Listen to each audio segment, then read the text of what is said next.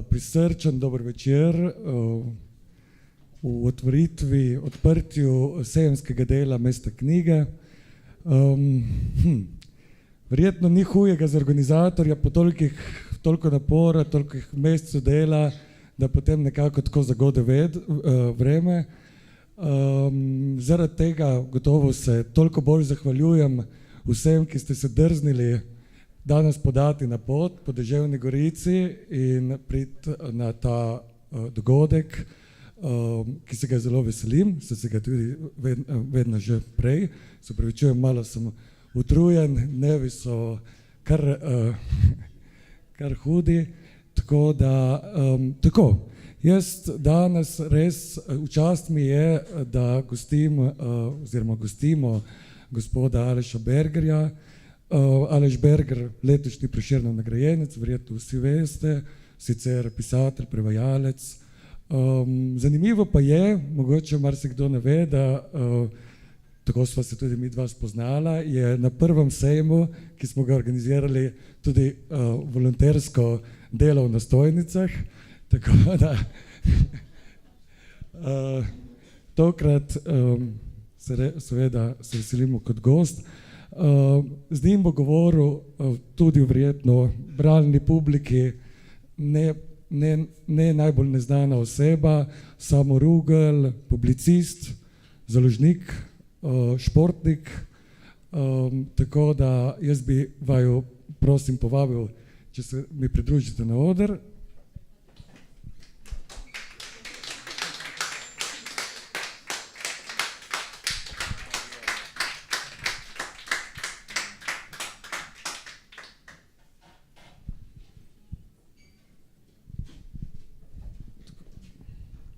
Tako da besedo predajam vama.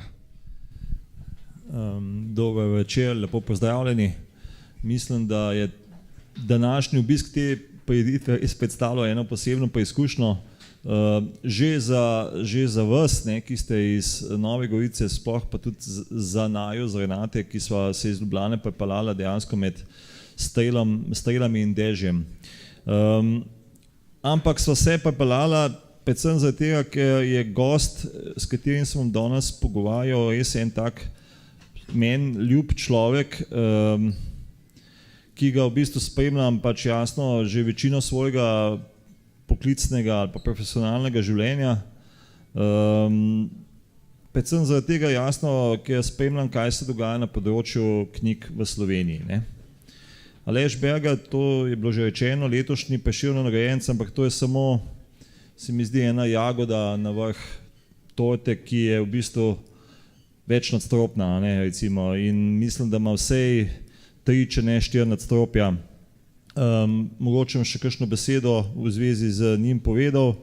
Jasno, njegova nagrada je bila, nekje težišče te nagrade na njegovem prevajalskem opusu, ki je dolg recimo že več kot 40 let. Tudi tukaj recimo ima za tiste, ki mogoče ste to videli samo v kakšnih knjižnih ali pa v novinarskih objavah, Noč bliskov, prvi prevod in tudi prvo neko spremna beseda Aleša Bergerja. Ta knjiga je šla leta 1974, takrat je bil Aleš 128 let. Mogoče prej sva se lih pogovarjala, se mu je v bistvu kar malo milo storilo, ker je tole knjigo videl, pa bi mogoče bilo to že lahko kot eno tako uvodno vprašanje. Kakšni so občutki, Aleš, ko vidite to knjigo? Najprej dober večer. Hvala, da ste prišli v kar velikem številu. Ja, kaj bi rekel?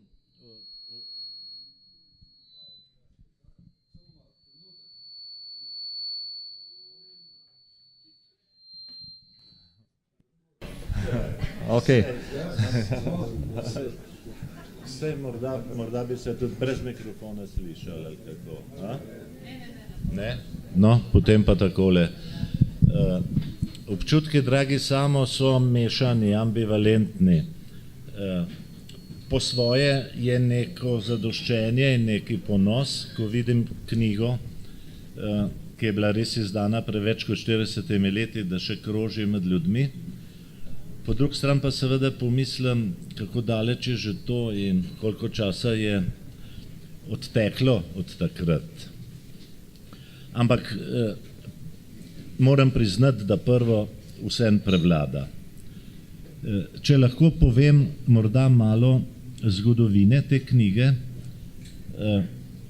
jaz sem študiral primerjalno književnost in francoščino in potem je profesor Ucvirk v tistih časih razpisal diplomske naloge, naslove diplomskih nalog.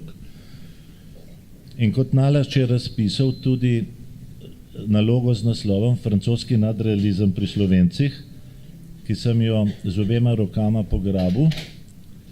Sicer se je izkazalo, da je bilo kar težko tisto nalogo napisati, zato ker je bilo tako malo nadrealizma pri Slovencih, ker smo bili bolj še navezani na nemški prostor.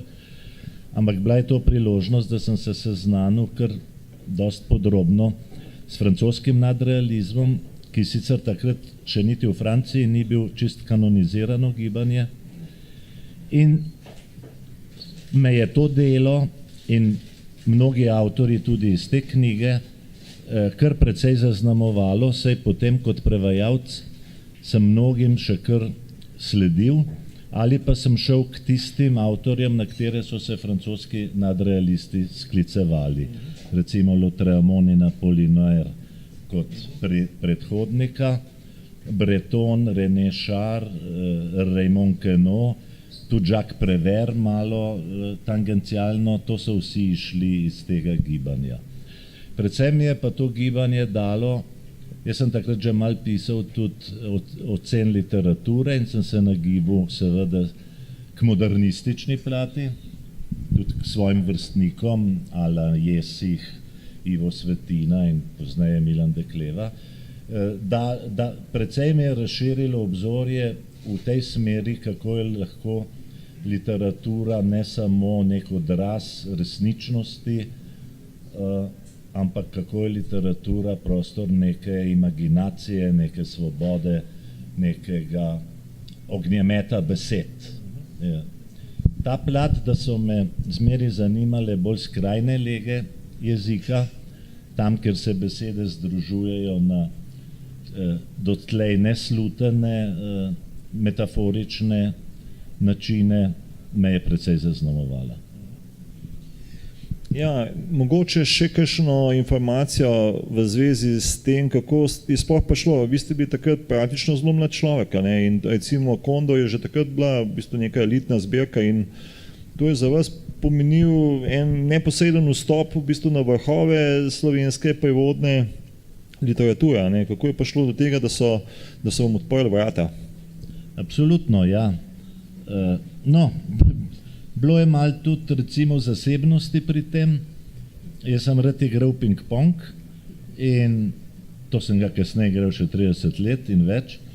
In ping-pong smo igrali na vrtu Uroša Krajgerja, ki je bil dolgoletni urednik Kondorja.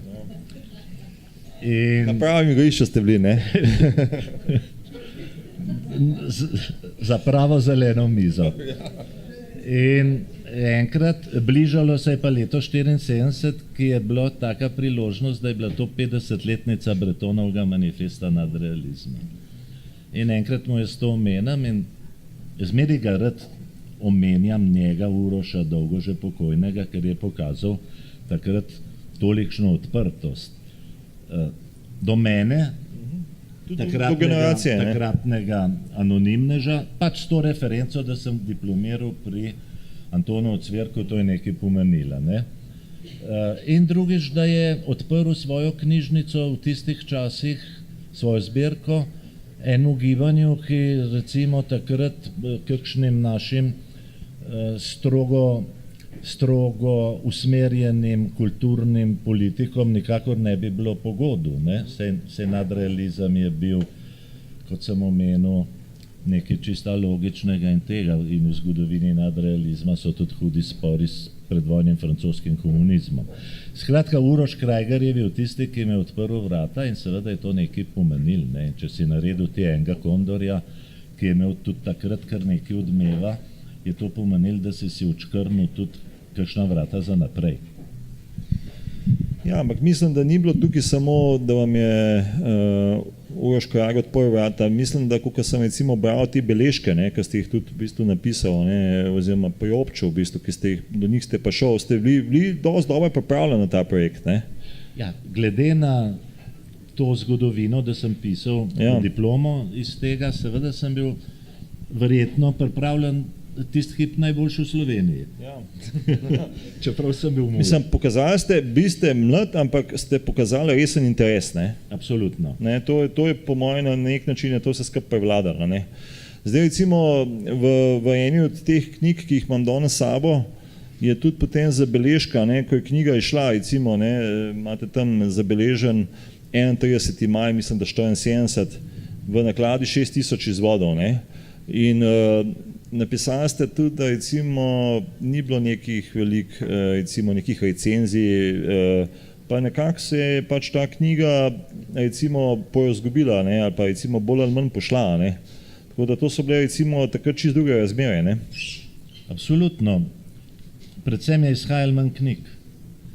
In zabeležke morda kar bilo nekaj. Takrat je Delo še imelo kar stalno rubriko išlo je, ali kako bi rekel, morda še kakšna druga revija. Ni pa bilo takrat nobenih tiskovnih konferenc in tega, tako da pač morda se je razširil dober glas in se je knjiga zato. Bila je pa novo, moram reči, še zdaj mi kakšni moji vrstniki povejo, recimo Milan Dekleva včasih citira kakšne verze od tukaj in vidim, da ga je to na nek način zadel. Ja? In še toliko se ustavil pri tej davni preteklosti, morda bi tako knjigo kdo drug težje naredil 10 let prej. Ker takrat je pa že tudi slovenska literatura prišla do ene stopnje, ko se je tudi ona začela igrati oziroma raziskovati jezik. Se pravi, jaz sem tudi imel eno oporo o tem, kaj je recimo takrat pisal Ivo Svetina ali pa Milan Jesih in oni, kot sem kasneje izvedel, so imeli pa tudi kasneje oporo, da so eni drugi že to delali. Ne? Ker francoščina je vendar bila, kot je še zmeri, manj znana in dostop do izvirnikov, kot pravim, je bil že meni otežen, ker takrat nekako si tuje knjige dobil. Tem kolegom, ki francosko niso znali, bi bil pa mogoče edino preko srbo-hrvaščine. Jasno, usoda je potem hotela, da ste od tega, da vam je prvi prevod išel po Kondoju, ste relativno kmalu postali urednik. Ja, ne tako čisto tako, ampak res pa ni toliko dolgo trajalo. Ja, 4-5 let, ne? Ja. Kako je pa šlo do tega momenta? Ja, to je šlo pa spet večtirno in spet bi kdo rekel privatistično ali pa mreženje. Uroš Krajger, kot sem ga omenil, bil prejšnji urednik. Niko Grafenauer, moj starejši kolega z univerze, je bil pa urednik na Mladinski knjigi. In sem jaz k njemu kdaj šel, takrat smo pisali razne interne recenzije, pa uno in tretje. In zdaj se ne spomnim dobro, ali mi je najprej rekel Niko, da bo šel Uroš v pokoj, pa če bi mene zanimali, ali je najprej Uroš rekel, da gre v pokoj, pa če bi mene zanimali. Skratka, prišlo je do tega, da je šel Uroš Krajger, moj predhodnik, takrat v pokoj in da se je to mesto odprlo zame. Mislim zame, ne vem, je bil en razpis, je že bil, ampak ja. In pol, ko se je odprlo, kako ste vi nastopili kot urednik? Ker recimo, to je bila praktično vaša 30-letna služba, ne? Ja. 78-2008, ne? Ja. Kaj je bila vaša, v enem od intervjujev, ki ga pa danes dejansko nisem mogel najdeti, ste rekli, da recimo pač urednik na nek način s svojim programom nekako uresničuje neko svojo tudi to osebno vizijo, a ne? Ja, en del uredniškega posla. Zdaj, kaj je bila vaša vizija, ne, recimo? Ne? No,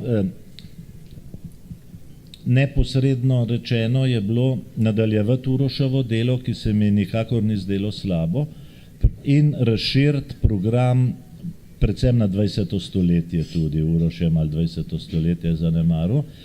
In drug tak imperativ je bil obdržati večino Uroševih sodelavcev, če bojo le radi delali. To so bili takrat še recimo kakšen Mile Klopčič, pa bil je Kajetan Gantar in ne bom zdaj vseh našteval. Hkrati pa že začeti zajemati iz bazena svojih vrstnikov. Ne? Tako da potem se je to nekako naravno pretočil, da so lahko sobivali eni in drugi. Taras Krmavnar in recimo Matjaž Kmecel, ki sta bila le kot literarna zgodovinarja na drugih poljih.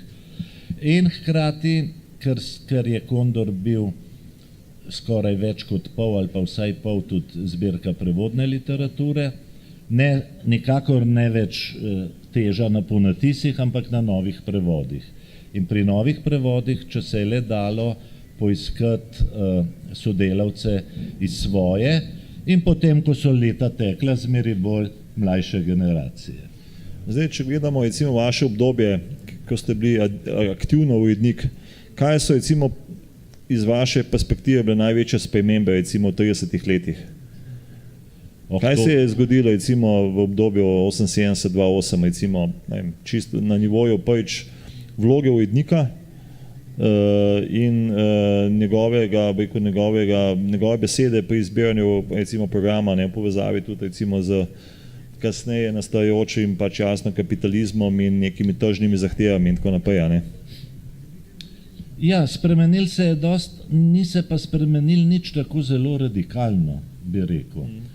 Tudi zdaj moji kolegi uredniki še zmeri delajo pač v malo drugačnih okoliščinah, saj tiste, ki so vredni tega imena, podobne reči, kot sem jih jaz. Ne? To pomeni zbrati program deloma iz svoje vizije, deloma s sugestijami sodelavcev. Mogoče zdaj malo več delajo, da jim malo več knjig prinesejo agenti in tele mednarodne uspešnice, ki jih takrat seveda še ni bilo toliko, ampak smo mi malo brskali po tujem tisku, pa iskali informacije v Franciji, v Angliji in tako naprej. Zdaj že dostkrat imam včasih občutek, da agentje kreirajo program, kar niti morda ni tako najslabš, ker dobro smo pa s tem v stiku z Evropo, v stiku s svetom. Če vzamemo v račun, da kot uspešnice dobimo tudi kakšno, da rečem, manj vredno blago, dobimo pa tudi dosti čist dobrega, dosti hitro. Pa še nekaj je mogoče, če spet gledam iz stališča urednika prevodne literature. Jaz sem se zelo trudil, da smo še zapolnjevali kakšne vrzeli, kot se je rado reklo, vrzeli v prevodne književnosti, ne, za nazaj. Ampak tako, če bi približno rekel, okrog leta 2000 je bilo večina teh vrzeli, za moj občutek, zapolnjeni. Ne? In se je potem lahko začel delati tudi na novo, prevajati kakšne klasike svetovne literature in to. Jaz moram reči, da v vsem delu na Mladinski knjigi še recimo do leta 90, do demokracije, kakšnih hudih pritiskov, čeprav so bili založniški sveti in to, kakšnih hudih pritiskov ni bilo čutiti. Včasih so prišli kakšni neumni odzivi, ampak ne. Stalnica so pa bili in stalnica so pa še zdaj, so pa napetosti z kolegi, če jim pač lahko tako rečem, iz prodajnih služb. Ne. Kolegi iz prodajnih služb pa sovražijo literaturo. Na kakšen način to pokažejo? Na način, da znižujo naklade, da rečejo, da ima kakšna zbirka preveč naslovov, pa da je treba delati, včasih je bila moderna Daniel Stil, danes pa ne vem, koga bi rekli kot enega uspešnico, recimo doktor Roman ali kaj. To so bili pa včasih, to je pa človeku vzel več energije, delo s sodelavci je bilo prima, delo s sodelavci je bilo medsebojno oplajajoče se, tudi ko si skozi kakšen prevod šel skupaj, tudi če si mu na kakšno napako pokazal, ti je pa on kaj drugega povedal in si se kaj naučil. Od kolegov v prodajnih službah imam pa kolikškaj tak miren spomin, da mi ne zavre kri, mogoče na 2-3 od 30, kar sem jih poznal. Slab odstotek. Slab teren. Omenili ste leto 90, ne, recimo kot še neko tako zadnjo mirno leto. Ne. Eno leto, leta 89 ste pa prvič obiskali prevajalsko rezidenco v Franciji, ne, kamor ste se praktično vračali pol naslednje četrt stoletja. Tudi vaša zadnja knjiga je recimo praktično zbornik vseh tekstov, ne, ki ste jih o tem napisali. Pa bi mogoče obudilo recimo spomin na, ne samo na prvi obisk, ampak generalno neko vzdušje, recimo, kaj se tam dogajalo? Ja, nič tako zelo dramatičnega. Bilo je leto 86, ko sem dobil eno vabilo od Društva francoskih književnih prevajalcev, ker sem prej prevedel vaje v sloge Kanojeve. Za katerega ste tudi potem dobili, to je treba pač da jeste en tak premoj Sovjetovo nagrado, ja. Ne? Relativno mlad in mi je takrat zelo veliko pomenila, seveda, takrat je bila ampak to je bila dejansko knjiga, ki se je brala res na veliko, ne? Med vsemi ljudmi. To je bilo ravno to je bilo 81. Ja, in ravno zdaj, včeraj nisem mogel, včeraj so imeli v Radovljici eno spet predstavo vaj v slogu, ki so jo pa naredile ženske tam med 60 in 80 let. Režirala je kolegica igralska in predvsem prevajalska Alenka Bolev-Rabec in kot mi je danes pisala, je bilo huronsko smeha. Ja. Knjiga je šla 81. Ja. Recimo, jaz sem bil takrat star 15 let, ampak jaz sem to takrat hitro bral, 15-16 let star, ne, in to smo se, kljub temu, da je bilo to, a je to v bistvu smatrano kot visoka literatura, ali je to nek tak hibrid, mislim. Ja, hibrid absolutno in neke vrste kuriozum. Ja. Glede na uspeh, ki ga ima in na to odmevnost, ne, je pa najbrž kar visoka literatura, čeprav to skriva pod enimi rožički. Ne. Kaj je bilo pri teh vajah v slogu? A poznate približno vsi? A veste, zakaj ga je vaj v slogu? Ste prebrali vsi že večkrat? To je en dogodek v pariškem avtobusu povedan na 99 načinov. En pove objektivno, drug pove kot sonet, tretji uporablja kletvice, četrt uporablja biološke izraze, eden se skup zanika, en se nič ne spomni. Skratka, in vse so, noben ni praktično daljši kot eno stran in to zdaj, če bi jaz samo enega, dva prebral, se niti ne bi mogel, ker ne bilo tako smešen, ampak eno drugo generira in nenadoma, skratka... Kako je bilo to prevajati? Bilo je lušten, ni bilo nobene nuje pri Tonetu Pavčku, ampak jaz sem si nekako zadal in ko sem prej omenil ping-pong, sem imel občutek, da igram partijo, ker zmeri Raymond Queneau servira, jaz mu moram pa žogce vračati na mizo, ne? A je tudi zabijal? On je sam serviral, ampak je imel tako porezane, pa take podle, pa iz roke, pa vse. Za tisti čas je bilo to zanimivo, tudi zato, ker še zmeraj je veljala neka teorija, da je literatura odsev resničnosti in tukaj. Ne? Tukaj je pa pokazalo se, da je literatura ena svoboda. Čeprav je čist v zadnji konsekvenci ta svoboda lahko tudi zastrašujoča, ker eno stvar se da povedati na 99 načinov, ampak to hkrati pomeni, da se je pa nikoli ne da povedati na en sam dokončen način. Ne? Tako da te stvari se potem malo obrnejo. Letos bo išel po natisk, tako da če bo koga to... A boste kaj popravljal prevod? Ne, tukaj je pa nemogoče. Popravil sem edino že za en prejšnji ponatis. Ena vaja je, ko se nekdo grozno razburja nad davki in je vsaka druga beseda davk in davk in davk. In na koncu, tako za tist klicajček, sem takrat napisal, da mu je rekel, da mora tam pa tam plačati samo prispevek. Samo prispevek je bil včasih socializma neka finta dodatnega davka, ko smo vsi glasovali za vrtce in obkrožili samo prispevek. Danes ne bi to nobeden več razumel in danes sem napisal dohodnina. Ne? Družbeno-politični kontekst se je spremenil. Drugega pa ni za popravljati, ker pri starih prevodih sem enkrat padel v to No, to mogoče povete, ja. Kako recimo ste tudi večkrat prevajal recimo iste pesmi, ne, pa ste potem gotovo, da so tapoji prevodi boljši, ne? Ja, to so moji kolegi ugotovili, ki so rekli, kaj si se matru, vse prejšnji je bil boljši. Ja. Ne, zdaj sem na stališču, tako kot pesnik ali pa pisatelj napiše nekaj in če je ponatis čez 20 let, ne bo šel tega popravljati. Tako je tisto, kar je takrat nastalo, če smem to reči, je rezultat večjih silnic tistega časa, mene, kot sem bil takraten.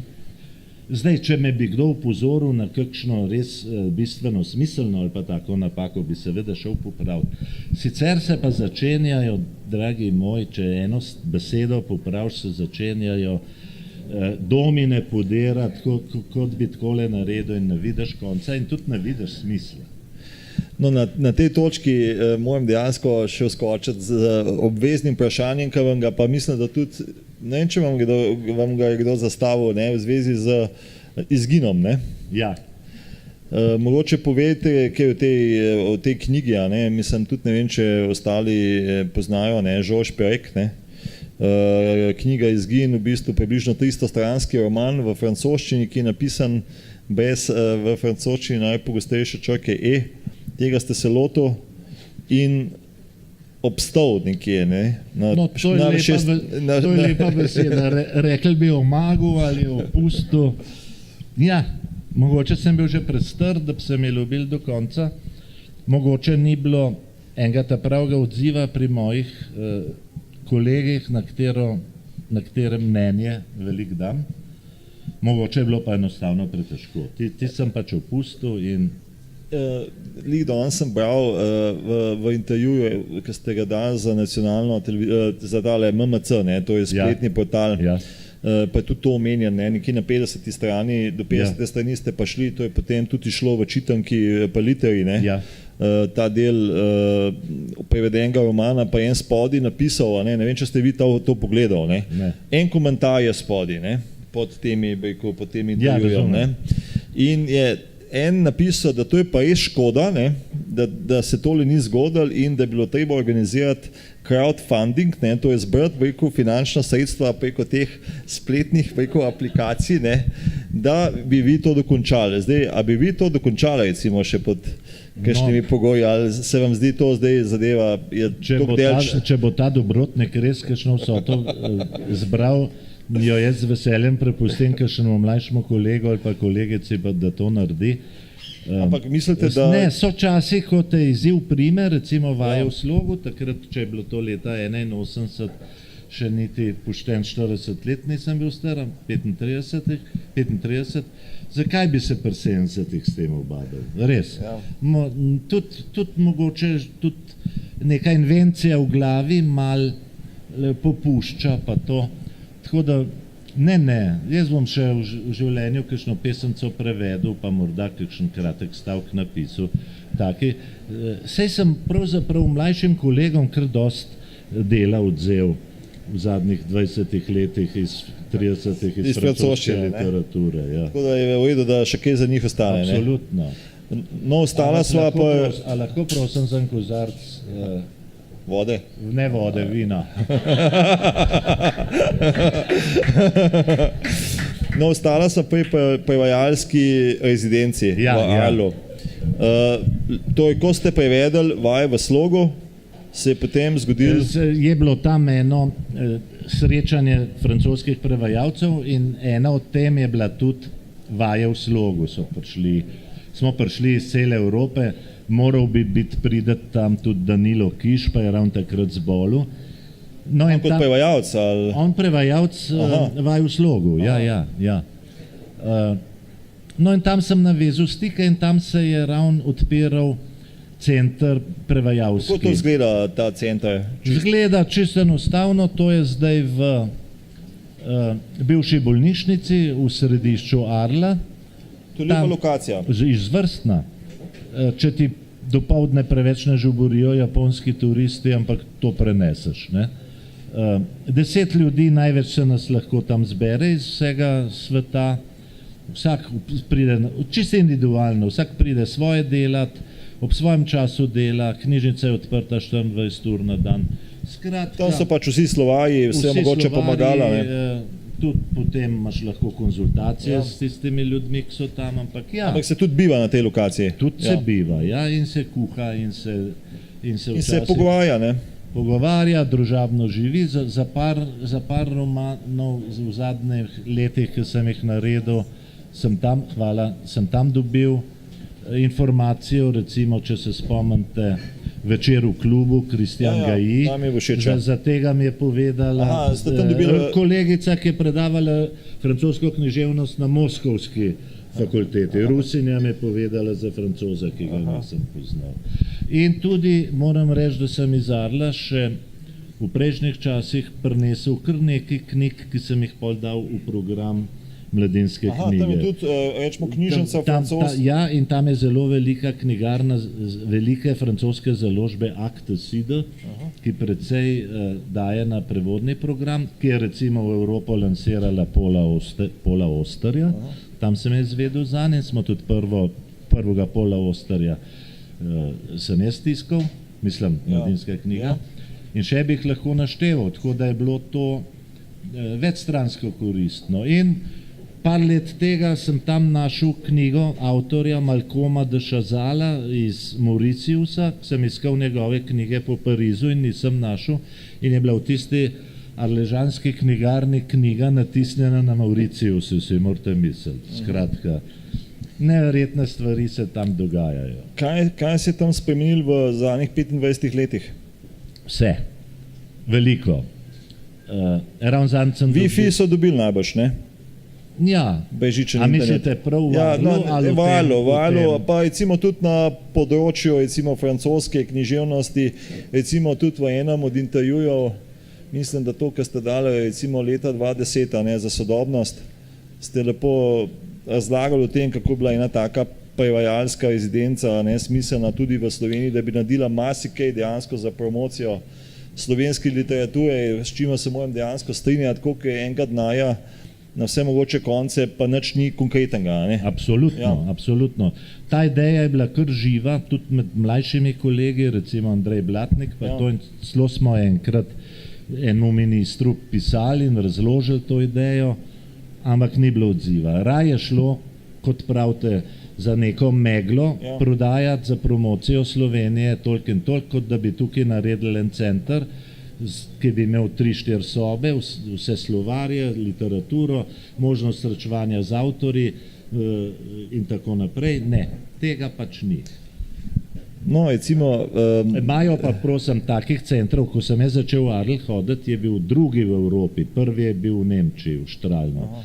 Take centre ima zdaj 15 evropskih držav, med drugimi tudi Srbija. Ja, mislim, vsi prevajalci so eni od najboljših recimo promotorjev, katerekoli literatura, ne, mislim, oni so te, ki pač prenašajo recimo knjige v drug jezik in za njih je treba dejansko skrbeti, ne, aktivno, ne. In to je ta recimo center dokazuje, ne. Absolutno. Ja. In še nekaj mi je bilo tam všeč, prvič sem prišel, sem imel malo kompleksa, pač Slovenec, pa še Jugoslavija je bilo pa to. Tam je bila ena popolna demokracija, tudi pri dodeljevanju štipendij, ki so bile v tistih časih za Jugoslovana kar važne, čeprav ne tako velike. Tam niso gledali, ali ti prevajaš zdaj v angleščino ali pa v slovenščino, hočem reči po odmevnosti, ki jo bo tvoj prevod doživel. Ni bilo važen velikost težišča. Ne, tako je, ja. Smo bili enakopravni pač. Ampak recimo tam so se vam zgodile tudi recimo take mogoče manj prijetne stvari, recimo nekje sem zasledil, da ste recimo en mesec prevajal približno 1000 verzov, a ne? Pa ste potem pa šli, kako je bilo s tem? Kaj se je zgodilo? Da ste izgubili enomesečno delo, ne? To je bila pa travmatična situacija, ampak zdaj na njo gledam pač z blago distanco. Prevajal sem igro Moljerovo Šola za žene, ki je narejena v verzih, okrog 1600 verzov ima, in jaz sem zmeri pisal na roko seveda verze in v en zvezek osnutek in drug dan osnutek, tisto, kar sem naredil izplen prejšnjega dneva, lepo prepisal, da je šlo naprej in tako. In bil sem z avtom, mislim, da prvič ali drugič z avtom v Arlu in v Aix-en-Provence 100 km stran se ustavim, da grem še na sprehod in na eno kosilce. Ja, ko pridem nazaj, parkiral sem pa v podzemni garaži, ne, tistega avta ni, ne. Natančno sem vedel, da je eden od 3 ljudi, ki so me debel gledali in tolažili in rekli, če se prav spomnim, kje sem parkiral, da en od tistih 3 ljudi je bil Baraba in povezan z eno zunanjo zvezo, ampak nič nisem mogel dokazati. Ne. Vse je šlo. To je bilo samo v enem izvodu. Seveda, bil sem toliko namaren. Ene 2 dni preden sem šel v Ljubljano, sem še mislil, da bi en zvezek dal na pošto pa poslal na svoj naslov, ampak je bila taka vrsta na pošti, da nisem tega naredil. Ne. Dio mio. In avto sem potem dobil nazaj čist praznen, sam francosko-slovenski slovar je not ostal. To so pregledali, kaj so. Potem mi je, takrat je bila na društvu pisateljcev Kristina Jurkovič, se spomniš, pomočnica od Barbare, je rekla, sej poslušaj, mogoče pa ni vse zgubljen, mogoče ti bojo pa poslali ti prevod nazaj s popravki. No in pol igra je bila že v programu, čeprav obstajal je tudi starejši prevod Josipa Vidmarja. Sprašam Janeza Pipana, ki mi je prevod naročil, ali kaj zdaj, prav, ja dej, če boš, drugače pa ne. In potem je bila ena stava samim seboj, da moram tisti, naredil sem pa približno 1000 verzov, se pravi, dobro sem čez polovico prišel. Ne? In potem je bila ta groza, da sem se jaz spomnil, te verzi se pa rimajo, oziroma saj zvočno ujemajo en za drugim, ne, sta 2 in se ujemata, ne. In jaz sem se spomnil prvega, ne pa drugega. A sem se pa spomnil tega repka, ne pa kaj je bilo tam, ker je bilo le relativno sveže. To je bilo junija, ko so meni ukradli, jaz sem pa jesen to delal. A sem se pa spomnil, da sem šel po kruh, ko sem v glavi ene 4 verze lepo prevedel, nisem se pa spomnil kako, no.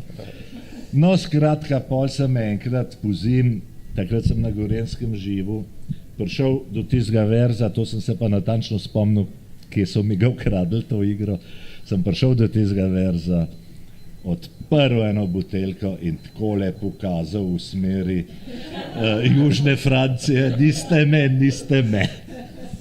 In pa so tisto igro igrali čez 1-2 leti, ja. Ta je bila mogoče, rečemo, bolj taka britka ali pa ga enka epizoda, ampak recimo, zgodilo se mi je tudi to, da ste recimo dobili štipendijo, na katero se sploh niste pa javili, ne? Ja. To je pa, kako je pa do tega pa šlo, mislim, to je bilo tudi za Arl. Ja, jaz se potem, veste, potem je bila pri nas recimo, kot je že zdaj le situacija, toliko boljša kot pri kolegih iz vzhodnih držav ali pa recimo še iz Tadžikistana smo imeli zanče enega kolega zraven. Tako da meni pač potem tistih 300-400 evrov le ni toliko pomenil, konc koncev si sem nekaj naredil v tistem času za to, tako da sem se jim začel odpovedovati. To, da bi pa kdaj dobil, ne da bi prosil, se pa niti ne spomnim. Nekje je napisano, 3-mesečno bivanje. Ja, bivanje je pa zmeri za ston. Bivanje je pa zmeri za ston.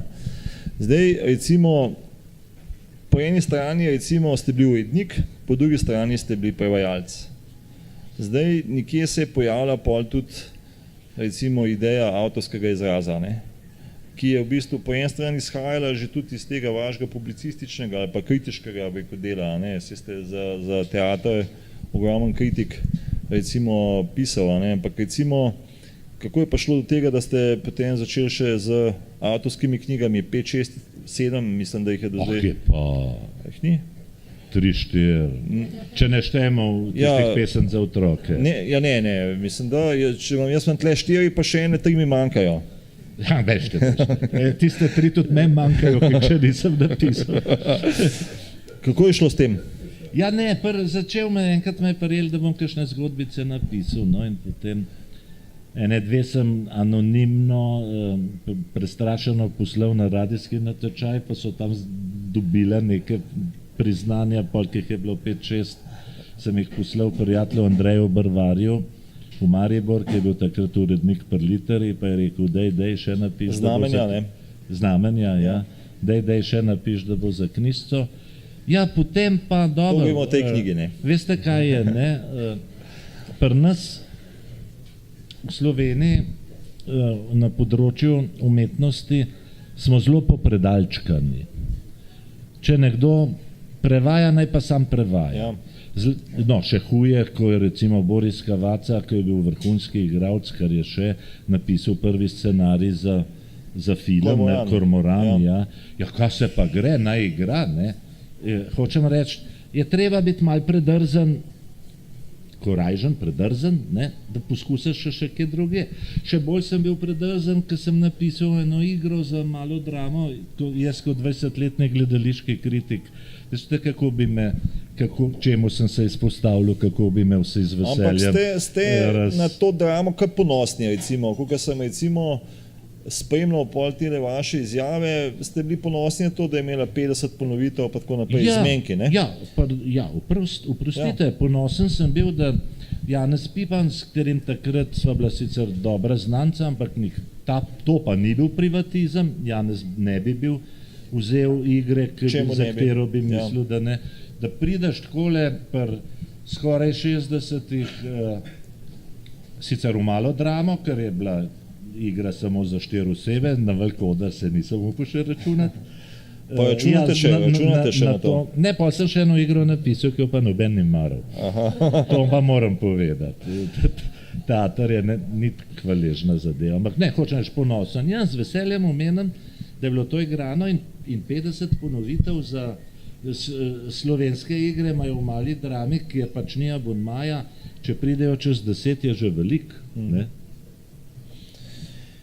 Ja, zdaj nam je lih ušlo iz glave, kaj je bilo moje naslednje vprašanje. O mestu morda, ne? No, mogoče lahko vi skočite, glede na to, da smo na festivalu Mesto knjige, ne, ste mi rekli, da imate en dober vers na to temo za povedati, ne? Meni se je zdela ta ideja Mesta knjige zelo dobra in sem se spomnil na en vers Charlesa Baudelairea, ki pravi: La forme d'une ville change, hélas, plus vite que le cœur d'un mortel. Oblika mesta se spreminja joj prejoj hitreje kot človekovo srce.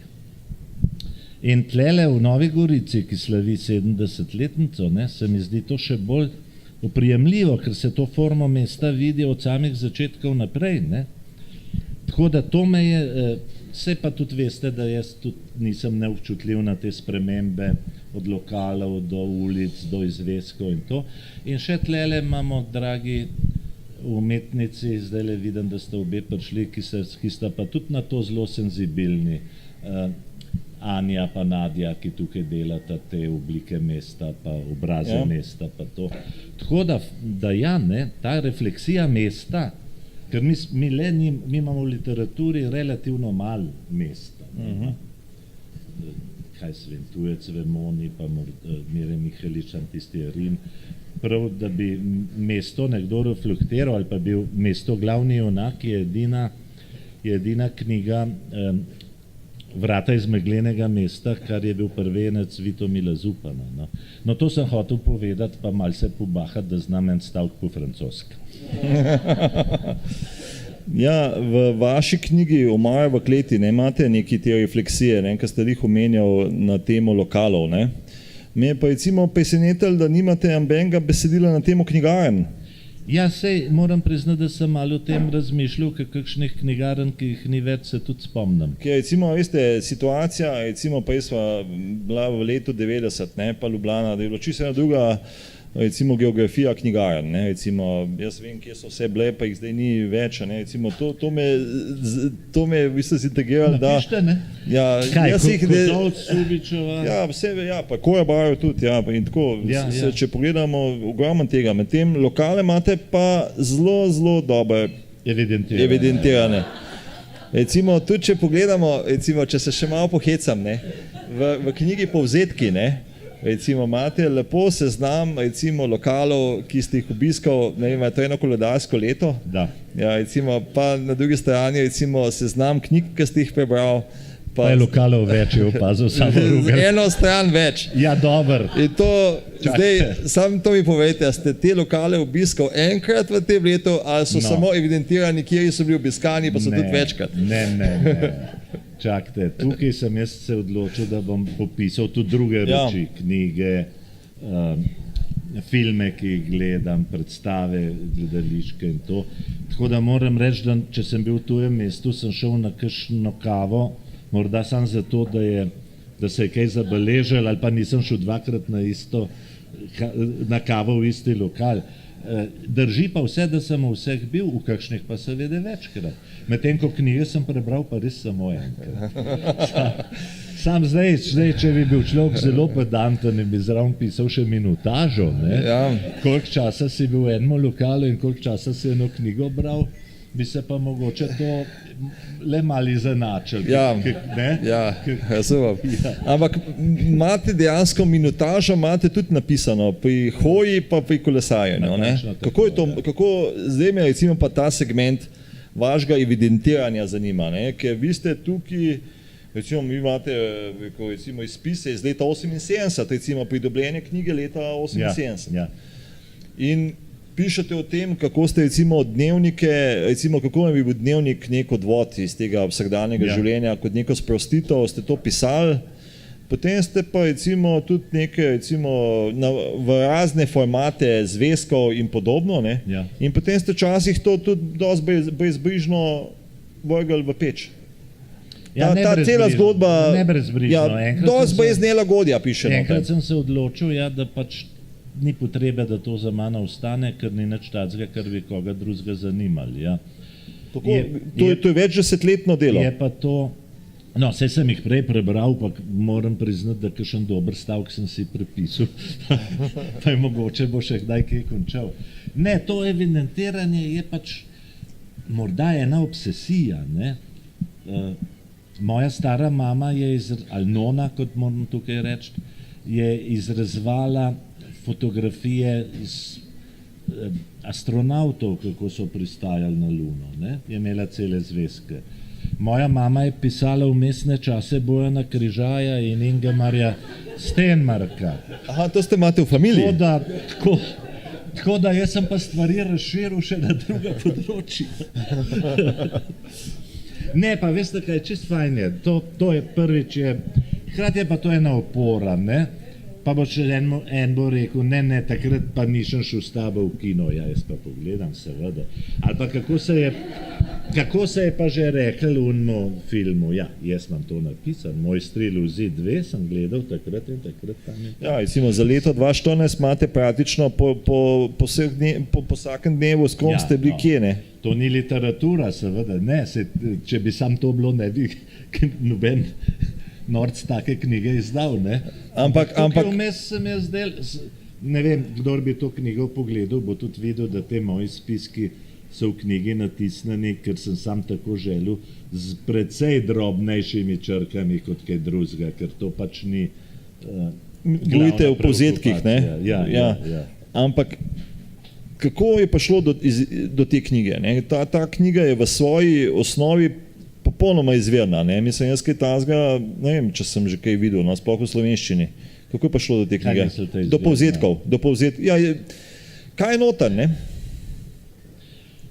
Mislim, je na neke, po eni strani izgleda kot zbirka seznamov, pa rečemo aforizmov, pa kakšnih takih zabeležk, pa nekih pogledov v preteklost, pa nekih tako zelo čustvenih, rečemo izjav, kot naprimer, ko vidite kot dedek svojega sina, kako pestuje recimo svojega otroka.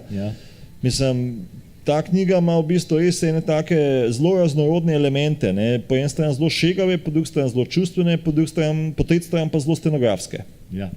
Kako se to zgodilo, ta knjiga? Ne vem, vi ste ljubezniv človek in rečete, da je to kot eno sračje gnezdo, različnih reči. Kar bi No, pa se je imela knjiga urednika tudi, ne? Kar bi tudi lahko kdo rekel, ja. Ja, imela je urednika in imela je tudi prej 3 bralce, ki so mi rekli, dej, ja, je v redu. Glejte, prej sva že govorila, kako... Ja, Nežmah recimo je dal 5 pik v Mladini. Odlično, sem bil zelo vesel. Ja. Ne, ker Nežmaha cenam in tudi z Nežmahom sva se videla morda 5-krat, 6-krat v življenju in ljubeznivo par besed stavkov spregovorila, tako da tle ni bilo kakšne klanovske... Ni bilo mreženja. Ni bilo mreženja, ne. Ja, ne, glejte, najbrž nimam neke vole ali pa ideje napisati eno knjigo celo in se potem razne beležke takole nabirajo. Seveda, ko se jih je nabralo recimo za polovico knjige, je meni že prišla prevzetno misel, da bi to lahko se kje tiskala, ne? In sem pol kakšne sestavčice napisal prav za to in tudi potem razne te kratke aforizme ali kaj tako premetal, da so malo tematsko skupaj, ne?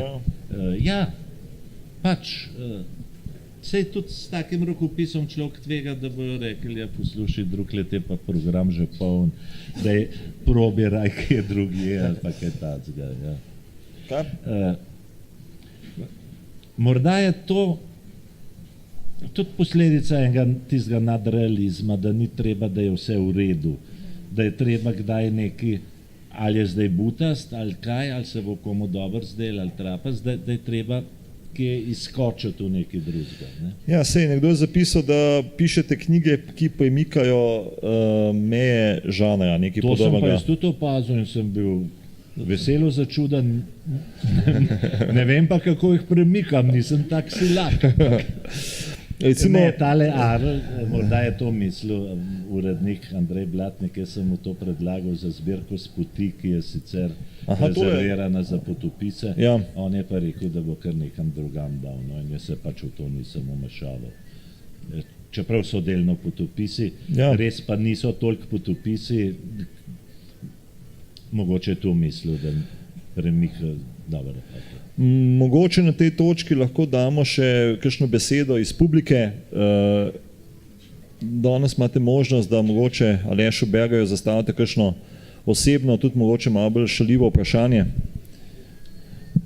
In ste vabljeni, da kaj vprašate, recimo, predvsem recimo napovedovalec, ki si veselil današnjega večera, sem prepričan, da ima kaj kakšno vprašanje na zalogi. Prosim. Ja, direktno no. Ja, ne, si smo eno urco, ne? Ne, jaz sem z veseljem še kakšno rečem, če ni... Sej, drugač vam je še. No, na tem bo pa Blaž si zapisal, kaj bo vprašal. Ja. Ma kdo drug, kaj jaz recimo tudi direktno pozovem. Recimo, mene so tlele povabili, da vodim ta pogovor, potem pa ne še organizatorji, ki vprašajo, ne? Ja, gotovo. In potem se tiho je bilo, ne? Sem mislil, da bo v Gorici drugače, ne? Pa ni, a ne? No, Nadja. Prosim.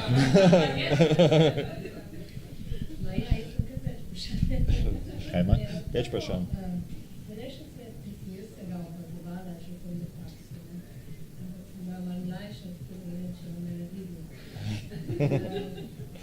Ampak opazovali ste ga v katerem smislu? V katerem smislu ste ga opazovali? Aha, okej.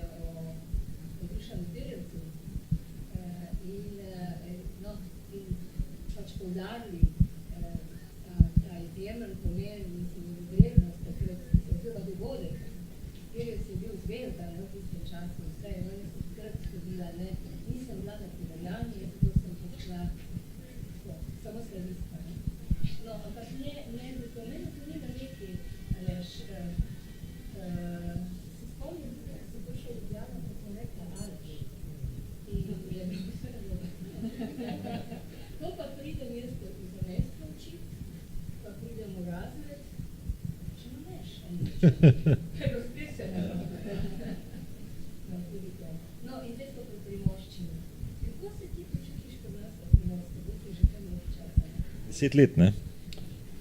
Ja, zdaj pa že skoraj 15. Ja, perfektno. Zdi se mi atmosfera druga, jezik mi je kot romanistu tudi všeč, seveda. Nekaj besed sem se naučil, recimo... Prevajač, če niste začeli iz premoščine. Recimo žlafador. Ti veš, kaj je, vi veste, kaj je, no, evo. Recimo mi je žena rekla, ker ima tam pri mami še ne kmetijo, prines žlafador, pa jaz prinesem eno vedro, pa prav nekaj, to je kalavnik. Skratka, to je zelo lušten. Potem zelo me je pa prve čase zabavala ena taka vaša, če sediš v kuhinji, pa vse je v miru, pa mi prav žena, a upaš prinesti tisto brisačo, tam tisto cujno? Upaš. Ne upaš. To je namest prosim, ne. Ne, sicer pa mislim, Nadja, da sem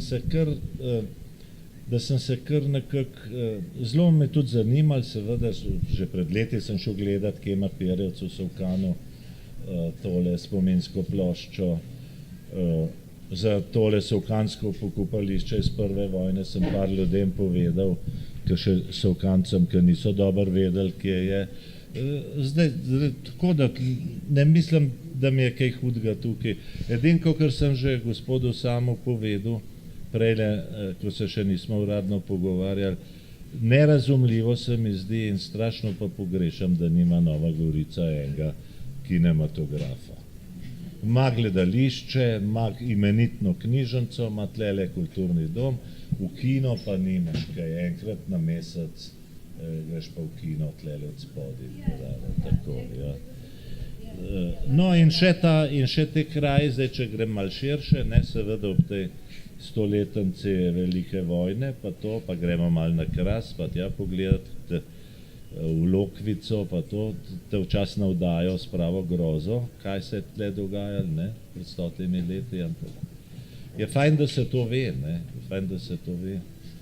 Tako da, ja, ne morem zdaj reči tlele prilizneno, da se počutim že čist Primorca, sej bi me tudi pokarali, kaj se važim, ne, ampak dobro se, ja, en pogovor sem imel v solkanskem časopisu, Solkan je izdat dvakrat, trikrat na let tako glasilo, zelo fajn narejeno, ne.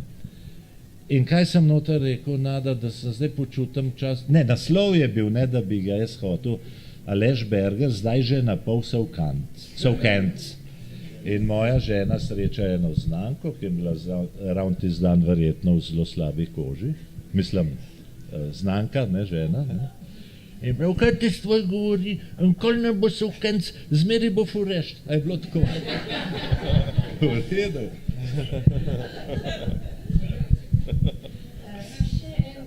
Ja, prosim.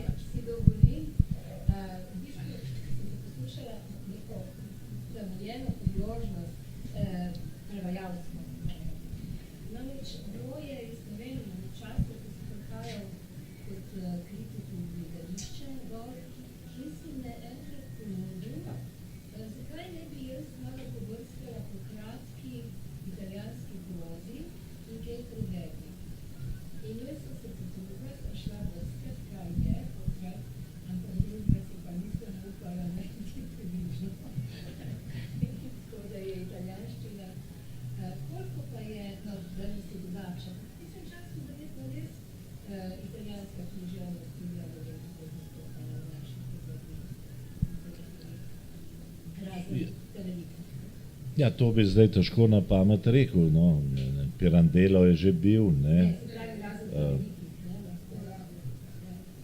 No, sigurno je naredil prodor takrat Eko z imenom Rože, to je nedvomno, pa Elza Morante, to je delal zelo dobro, te prevode, tlele vaš bližnji rojak Srečko Fišer iz Šempetra pri Gorici, ne.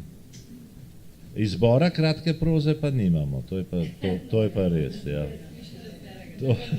Veste kaj, sej pri tem založništvu to bo tudi samo potrdil, ne. Veliko je dogovorov dobronamernih, ne.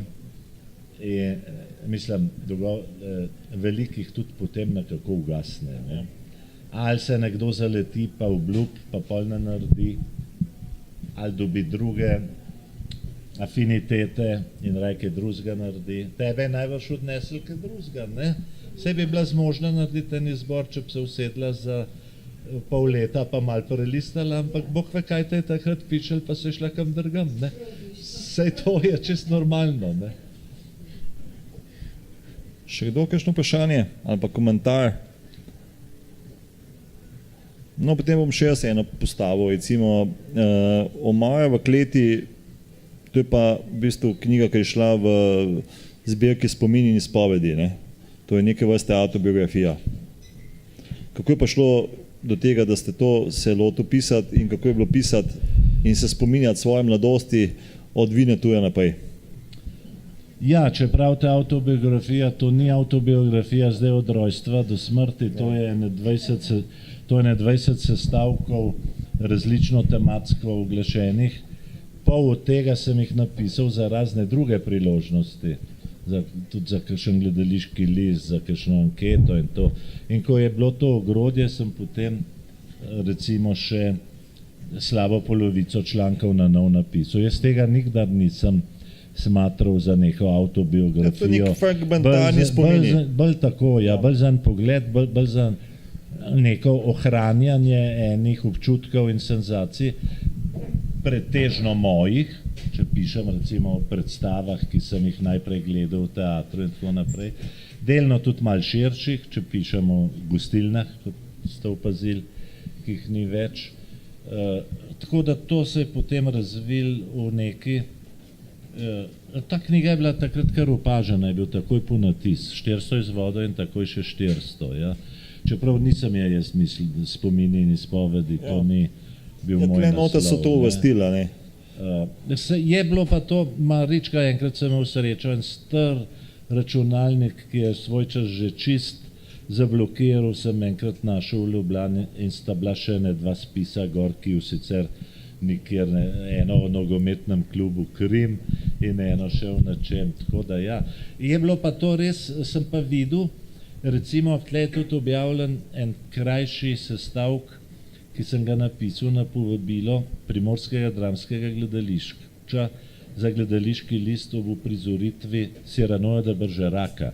So mislili, Berger ne bo kaj strokovnega napisal, pozna francosko literaturo pa to. Jaz sem pa že opazil takrat, že takrat začel pisati, kako se spominjam Cyranoja, ko so en sošolc, ki je malo večji nos, te stavke metu, pa kako sem Cyranoja videl v Parizu dvakrat. Hočem reči, to me je nekako potrdil in ta spis sem res, ne da sem ga našel, to sem vedel, da je bil objavljen, sem šel v gledališki muzej ga iskati, ampak recimo, da ga nisem imel pred očmi 15-20 let, ampak sem ob njemu opazil, da res od nekdaj nisem bil za neko strogo, strokovno tako pisanje, žali Bog, ampak da me je zmeri zanašalo v neko bolj osebno, ne izpovedno, to memoarsko, to, kaj ti je ena beseda ali pa nek dogodek ali pa ena knjiga sproži iz tvoje kleti. No, sej o tem naslovu, če lahko povem, jaz sem dobrega prijatelja Ludvika Hartingerja iz Avstrije, ki je zna izvrstno slovensko, pa nimam kaplje slovenske krvi, zaljubil se je pred 30 leti v Kosovela, ki ga je bral v francoščini in potem je prišel sem in zdaj pozna Krast tako, da Kraševcem razlaga, kako je kakšni rožici ime. No in včas pri meni prespil v Ljubljani, sem mu rekel, veš, jaz bom pa eno knjigo zdaj naredil. Ja, kako je pa naslov? Sem rekel, Raznoterosti. To je bil takrat naslov. Ludvik prav, pa ne moreš, Aleš, naslov o raznoterosti. To pa res ni. Se mu je zdel preveč površen, preveč tako, ne? In sem se zamislil in potem sem dal ta naslov, ki je neprimerno bolj ustreza, čeprav je naslov enega mojega članka, ampak res, če govorimo o spominjanju, ne, memoaristiki, je res, vsak ima eno In še dejstvo je, da vam je eno omaro v Ljubljano kleti, ker so moje otroške knjige noter in tako naprej. Res je to, potem se ena taka banalnost, kot je ena omara, lahko dobi pol tudi en globi pomen tega. Ne? Recimo v tej knjigi je tudi besedilo o Lojzetu Kovačiču, ne? Pa ste recimo omenjal, kako recimo se svojih prevodov ne popravlja. Ne? Recimo z njim ste pa imeli izkušnjo, ko ste enega od njegovih romanov umestil v Kondor, pa ga je zelo popravil. Ste imeli tudi, recimo, imate v tem besedilu tudi neko svojo tezo, zakaj je do tega prišlo. Kako je sploh prišlo, mislim, kaj se je dogajalo takrat? Za četrtino je bil skrajšan. Ja, Lojze Kovačič je imel, njegov ključni roman je Deček in smrt, ki ga je napisal relativno mlad, ne? Ki pa je imel za tiste čase in založniške standarde malo prevelik obseg. Ne? Jaz sem Kovačiča že prej tiskal in je tudi sam naredil izbor v Kondorju. Sporočila iz budnosti in sna. Je sam naredil eno lepljenko različnih svojih tekstov. In pol mi je enkrat to omen, da bi on pa reče, to sem rekel, Lojza, ja, ampak poslušajte, to je ja preveč, ne? Nič, bom skrajšal, je rekel. In pol sem dobil čez kakšno leto, to so bili takrat še kseroksi, ne, z njegovimi črtami. To sem dal vnuk, ko sem šel v pokoj, sem dal to vnuk, če bo kdaj koga zamenjal. Približno za četrtino je skrajšal, ne, in takrat me eno pismo. Na roko je to krajšal. Na roko, popolnoma, in tiste besede, ki jih je spreminjal, je pisal z neko drobceno, komaj razberljivo pisavo. In potem mi je poslal eno pismo, ki so bila tudi grozna njegova, ki so črke zmeraj manjše, ki sem ga, hvala Bogu, shranil in potem tudi dal vnuk, je rekel, veš, ko sem tole pisal, ko sem tole delal, sem imel pa občutke, da sem tak kot moj oče. Njegov oče je bil pa krojač, oziroma krznar, krojač-krznar, ki je na delovni mizi reze delal v svoje kože. Ne? In Lojze, ko je zdaj krajšal in rezal svoj temeljni tekst, da tako rečem, je imel po en stran občutek, da je podoben očetu, kar se mu je zdel najbrž zelo toplo, po drug stran pa tudi pisal, da ima pa občutek, kot da gre za lastnim pogrebom. Ja, te kakšne stiki z avtorji so bili tudi po svoje zanimivi. Mogoče še kakšna impresija na Vitomila Zupana? Ja, z Vitomilom Zupanom, poznate avtorja Vitomila Zupana, to je bil zelo razvpit avtor, po krivici razvpit. Bil je zapornik z najdaljšim stažem v prejšnji Jugoslaviji, se pravi v povojni Jugoslaviji, odsedel je 8 let, kar ni bilo malo. In je eden največjih ob Lojzetu Kovačiču pisateljev druge polovice 20. stoletja, zlasti njegov Menuet za kitaro. Ne? Ja, in midva sva se spoznala, jaz sem bil še na radiju v službi in ta Menuet mi je bil tako grozno všeč, da sem naredil eno radijsko priredbo Hajke, ene pasaže Hajka. Bral je takrat Aleš Valič zelo lepo. Zupan je pa živel blizu mene in je hodil tam na lokal pri Julči, jaz se ga pa nisem upal ugovoriti. To je bilo kdaj? Ja, to je bilo 75. In pol mi je pa en radijski režiser, ki je tudi Zupana poznal, rekel pa ugovori ga, no skratka. Pol sem enkrat se ukorajžen rekel, oprostita je tle še prosto, Zupan pa seveda arestantski refleks je rekel, vse drugih mest dovolj okrog. Pa sem mu pojasnil, no, in potem sva recimo drugovala ali pa sem jaz k njemu hodil na obiske tja do njegove smrti. Ampak Menueta niste v Kondorju izdali, Levitan je išel. Levitan je išel, ja. No, recimo še en tekst mi je bil tlele res zabaven, na založbo, ne, grem na založbo, ne. Recimo, mogoče kaj o tem, ne, kaj recimo pomeni to, ali pa kaj pomenili za vas iti na založbo? Ja, v študentskih letih, ko sem pisal prve članke za Mladino, takrat, če je bila časopis, je pomenili na založbo pogledati, če je že kakšen honorar. In tam je bila v drugem nadstropju ena zelo prijazna blagajničarka, ki je zmeraj tako žalostno povedala, da imajo blokiran račun in da ga še ni. Ne? Je bila mladina še v okviru mladinske knjige, ne? Ja, seveda. Ja, potem je bilo iti na založbo, recimo, ko sem prvi prevod izdajal tukaj in potem še, mislim, da sem bil tudi še na radiju, ko sem šel na Cankarjevo, ko sem prvi roman za 100 romanov prevedel. Ja, potem je bil Beckett, ne? Beckett, ja. Ja, potem sem pa jaz 30 let hodil na založbo v službo. Ja. Res pa mi ni bilo jasno, se na to samo namiguje, ker imam tukaj en spis, zakaj se ni rekel v založbo, ne, na neki. Tle se pač malo poigravam z besedami, zakaj rečemo gremo v šolo, potem pa na gimnazijo, v gimnazijo še, ampak na univerzo, ne. Gremo v cerkev, potem pa na škofijo. In na založbo se je šlo tudi, recimo, ko je imela Litera morda v Mariboru eno pod neko sobico napol podkleteno, ampak ti si šel na založbo, no, ne vem. Šel si na Mladinsko knjigo, šel si na Obzorja, etko. Na Umko se gre tudi, ali se gre, kako se gre vaša založba? Na Umko se gre pa zihar. Je na, ne? Ne, na, evo. Mogoče še eno tako malo, rečemo, družbeno, aktualno ali pa kritično, ne, recimo, kako gledate, kdaj mislite, da bo zgrajen novi NUK? To pa pišem že pred 10 leti, da nimam še predsmrtnih slutanj, ampak da dvomim, da bom kdaj prestopil prag. Ampak to ste pisali pred leti in v bistvu imate danes enak odgovor na to, ne? Nič se ni spremenilo, ne? Ja, več je predsmrtnih slutanj. Nuka ni pa niti en cegel več.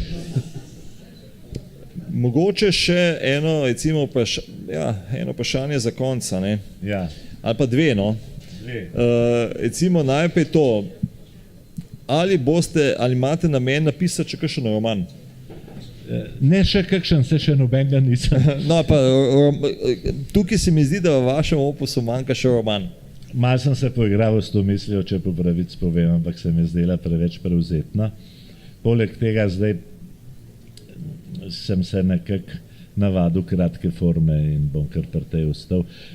Poleg tega sem tudi veliko na poti, ne, jaz nimam enega stalnega domovanja in to. Ne, pa ne vem, če bi imel ene ideje, ne. To bo manjkalo. Tako kot manjka izgin v prevodnem opusu, to bo manjkalo v romanu. Glede na to, da ste recimo zelo pedantni pa teh zapiskih, ne, recimo urednik ste bili približno 700 teh knjig, ne, ja. Jih imate pedantno zložene? Ne. Tudi ni, to pa je res, da tega seznama pa nimam. Imam Kondorje pa lirike, romanov ne vseh, ker romane sem rad komu podarjal, ker sem vedel, da ne bom tega več bral, ampak da je bilo lepo darilo. Ne, tega seznama pa nimam. Tudi ga bo težko kdo sestavil, ker kakšnih 10 knjig sem izdal pod psevdonimom.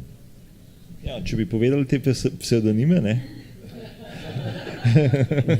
No, to pa še povem morda za konc.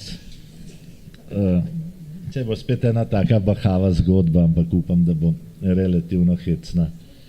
Enkrat so me še v starih časih, Borut Ingolič je bil glavni urednik, so mi dali, da moram urejati neke res poden romane. Ne?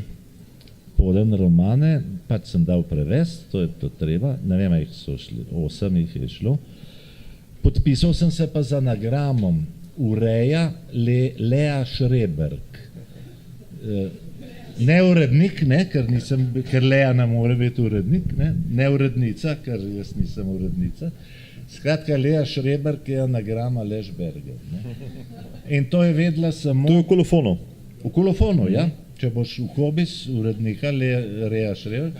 To je vedela samo kolegica, ki je distribuirala korekture. Ampak je bila zavezana k molčečnosti. Do danes. Ne, čakaj. Pa takrat so bile še redakcijske seje, ker nas je bilo 12-15 urednikov, pa glavni urednik, ki je bil Borut Ingolič, ki je bil sicer čist human, benevolenten. Enkrat pa pride in slabe vole in začne pred vsemi, neki upit, tle med nami so pa tudi ljudje, ki se nočejo podpisati, ki uporabljajo, pa ne vem, če je sploh vedel za besedo anagram, je morda rekel kaj drugega, ki uporabljajo to in to pa res ni prav, skratka. Name je vpil, ampak čez ovink, ni me imenoval. Čakaj, ampak 8 knjig je že šlo. In potem kolegice pa kolegi so debel gledali, jaz tudi nič nisem zinil, ki je bilo vse konc. Grem ven pa rečem, čak Borut, če en let nisi upazil, pol pa tudi zdaj bod tih. Ker so knjige že izhajale in je bila zadeva zverno. Mogoče še eno vprašanje za konc. Ne? V tej knjigi V moje v kleti je recimo tudi en fragment, ki ste ga takrat napisal kot en od uvodnikov v Bukli, ne? Če se spomnite. Ne? In tam ste recimo na nek način malo razmišljal o svoji poklicni usodi, a ne? Kako recimo približno 30 let ste takrat že se ukvarjal s knjigam, ali bila kakšna druga možnost kdaj, da bi delal kaj drugega? Kaj ne bi imeli povezave z jezikom in s knjigam? No, s knjigami ja. Ene dvakrat so me vabili v gledališče. Aha, ok. Ampak to je nekje zelo blizu tega, kje ste bili, ne? Tako drugače prisotni, a ne? Ne, kaj drugega pa ne. Politika se me je malo ognila. Na srečo? Na oboje stransko srečo in ne bi se ji najbrž pridružil. Zdaj, ko me je februarja ta nagrada doletela, me je novinar vprašal, podobno kot vi, se tisto ni bilo pol objavljen, če me kdaj mihal v politiko. In sem mu rekel, ja, čakajte, a vi se spomnite, koliko je bilo ministrov od osamosvojitve dalje? Kakšnih 100 pa že, ne? Sigurno, se je bilo že kulturnih ministrov 13. Ja, no, koliko je bilo poslancev, ne prešteto? Koliko je bilo pa urednikov Kondorja v 30 letih? In sta zaključila, ne? Mislim, da je to dober zaključek. Hvala Alešu Bergarju in publiki.